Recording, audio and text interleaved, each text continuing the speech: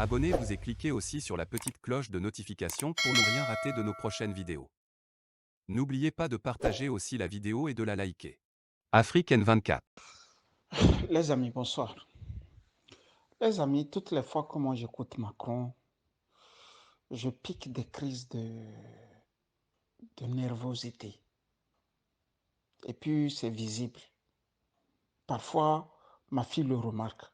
Toutes les fois que moi j'ai écouté Emmanuel Macron, j'ai toujours piqué des crises. Le président Kaboré ayant été démocratiquement élu par son peuple à 2 reprises, la France soutient la position de la CEDEAO. Notre priorité est évidemment d'abord son intégrité physique soit préservée et que le calme puisse être maintenu. Il est aujourd'hui trop tôt pour rentrer plus en détail dans si je puis dire, la caractérisation de la situation au Burkina Faso. Mais il est clair que cette situation demeure préoccupante compte tenu de ce qui s'est passé depuis l'été 2020 au Mali, de ce qui s'est passé ces derniers mois en Guinée. Et je pense que la région doit être appuyée dans sa volonté de maintenir des transitions civiles et des élections démocratiques. À côté de cela, je veux ici rappeler que notre priorité dans la région est évidemment de continuer de lutter contre le terrorisme islamiste, qui continue à faire des ravages au Mali, mais également au Burkina Faso, qui a été l'objet de nombreuses attaques terroristes ces derniers temps. Et d'ailleurs, quand on regarde les revendications, les motivations des putschistes, il est clair que la situation sécuritaire et les coups qui ont été portés à la fois à l'armée et à la population civile par ces groupes terroristes est un des déterminants de cette rébellion. Et donc notre volonté est en lien étroit avec la CEDEAO d'une part, mais l'ensemble des États parties prenantes à ce qu'on a appelé l'initiative d'Accra, de lutter contre toutes les formes de terrorisme dans la région et d'être aux côtés des États et des populations. C'est votre analyse sur justement cette situation, plusieurs pays qui ont été touchés. Vous craignez qu'il y en ait d'autres qui subissent ce qu'on appelle un peu des coups de force populaire? Je pense qu'il ne faut pas sous-estimer la fatigue et l'épuisement que créent les attaques permanentes de groupes terroristes qui viennent affaiblir les forces armées d'une part et qui viennent aussi profondément fragiliser le lien entre la population et les institutions légitimes. C'est aussi pour cela que si nous voulons lutter pour des pouvoirs démocratiquement élus et la souveraineté des États, il est important de continuer et d'intensifier la lutte contre le terrorisme. Concernant le président, est-ce que vous avez des informations? Je n'ai pas plus d'informations que celles qui ont été transmises. Il m'a été confirmé hier soir qu'il était en bonne santé et qu'il n'était pas menacé. Et je souhaite que c'est vraiment ça qui soit garanti officiellement dans les prochaines heures et que nous veillons collectivement à ce qu'il soit placé en sécurité, lui et sa famille. Voilà quelqu'un qui dit que la France soutient les pays dans lesquels les chefs d'État ont été démocratiquement élus. Dans mon pays, par exemple, il a même accepté, c'est-à-dire lui, Macron, a même accepté que le pouvoir falsifie sa signature. Il a accepté que des journalistes de RFI prennent les devants et l'aident, lui, Macron, à reconnaître le pouvoir de Lomé. C'est la même personne qui vous parle des régimes démocratiquement élus. Mais quand on regarde Macron, le faciès même de l'homme, et quand on vient en Europe avec eux, on peut dire tout de suite qu'il a le visage d'un facho. C'est un petit facho. Il dit, d'une part, que la France soutient les régimes démocratiquement élus et d'un autre côté, il est le premier à reconnaître les régimes qui ne sont pas démocratiquement élus. Mais pour qui nous prend ce garçon? Ce garçon, il nous prend pour qui en Afrique? Mais même De Gaulle, qu'il veut clowner, même De Gaulle, qu'il veut incarner, n'a pas autant méprisé l'Afrique à ce point. il n'a pas autant méprisé l'Afrique comme Macron essaie de le faire au XXIe siècle. C'est tellement facile pour lui, c'est tellement facile de nous prendre pour des riens. Qu'on le veuille ou pas, à un moment, quand De Gaulle a senti qu'il ne pouvait plus tenir avec l'Algérie dans sa guerre contre ce pays, il a lâché de l'Est.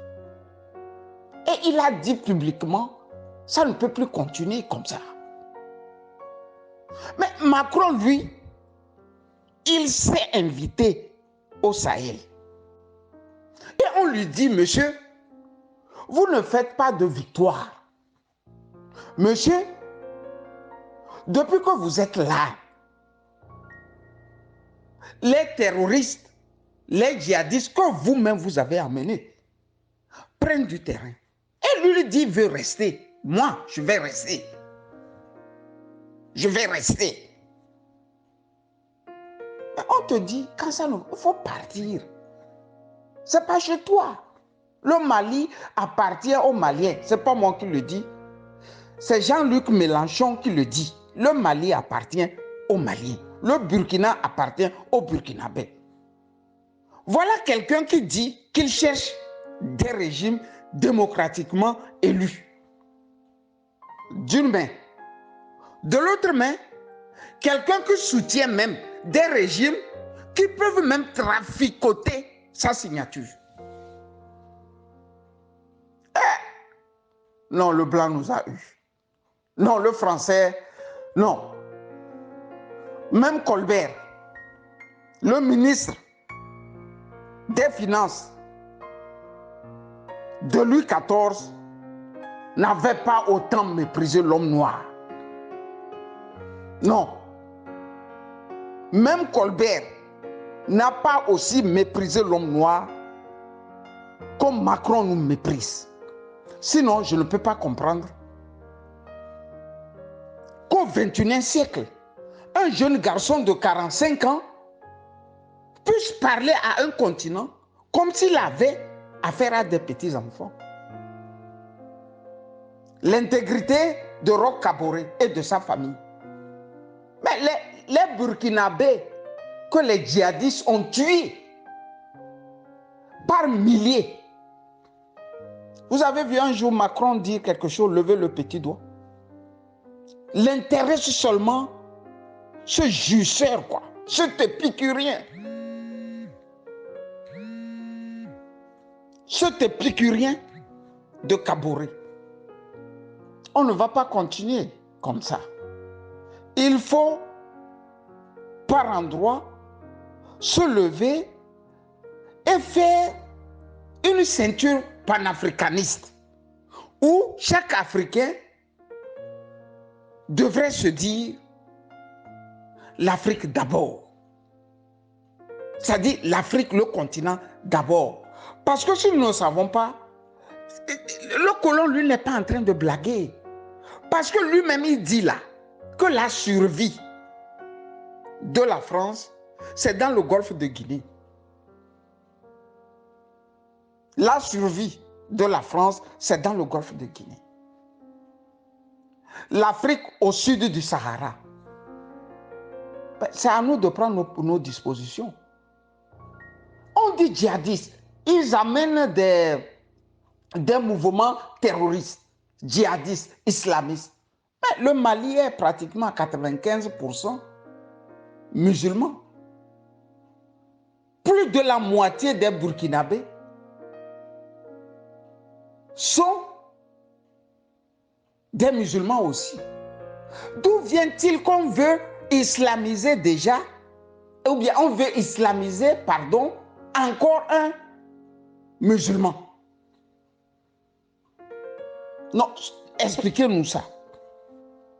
On veut encore islamiser un musulman. Et puis ils le disent, ils n'ont même plus honte, ils n'ont même plus de scrupules. C'est-à-dire pour eux, l'Afrique, bon voilà, c'est ce petit champ. Bien pire. Ils il dit la force Takuba, c'est la France et les pays de l'Union européenne. Ben, ils se sentent embourbés, ils savent qu'ils n'ont pas les moyens. Ils appellent les amis aussi, venez, il y a un gros gâteau ici. Après, on va se le partager. Le petit pays là, les Danois, les Vikings aussi, sont maintenant dans le désert. Pour piller là, ils n'ont même plus de scrupules. Le Danemark où il fait frais là, quand actuellement vous allez là-bas, vous ne pouvez pas supporter.